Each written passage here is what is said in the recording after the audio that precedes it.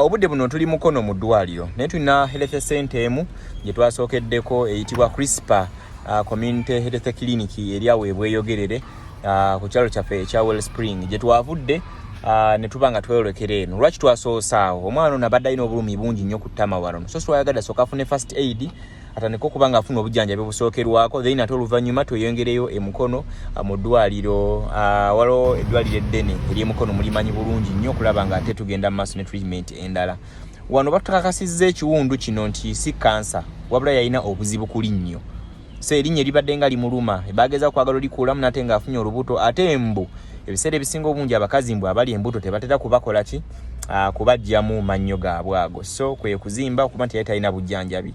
So obujjanjabi obw'erinnyo obulabika nga obutandise nawankubadde nti ssente z'obujjanjabi zikyali ntintini n'akatintini ke mwatuwadde tugeza kulaba nti tukakozesa bulungi.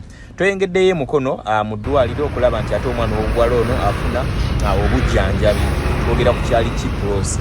Era bwe tutuuse mu ddwaliro ery'emukono abasawo ne batwaniriza bulungi nnyo. Njagala obategeeza nti ekipande amaze okubeera nga genze maaso n'okuba nti akifunye sikaani naye genda maaso n'okuba nti ekolebwa. Right now ali mu sikaani bamusikaninga, bamukebedde omusaayi guli gwe mutegedde obulungi ennyo alhamdulillah ng'ali negative. Akawuka akaleeta endwadde ya mukenenya siriimu teyasiigibwa kirwadde ekyo ekya siriimu, ali bulungi. Ngenda mufuna naye abeere nga abannyonnyola niyagadde mbe nga aba update eno akawungeezi k'olunaku olwaleero tube nga tweyongerayo mu maaso.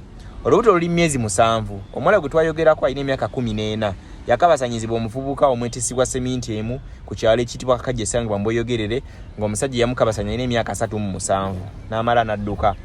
Obulumi bw'amaanyi awere n'emba n'ekirwadde ekimubala embiriizi ekiri wano ku ttama ate mu mbeera y'emu ate alina olubuto. Mwebale tuyambako, mwongere tuyambako tuzaale omwana ono ffenna abawagizi ba Sonko Muhammad n'abawagizi ba Good Talent. Kale tulinde update enaabeddako. Assalamu alaikum warahmatullahi wabarakatuh.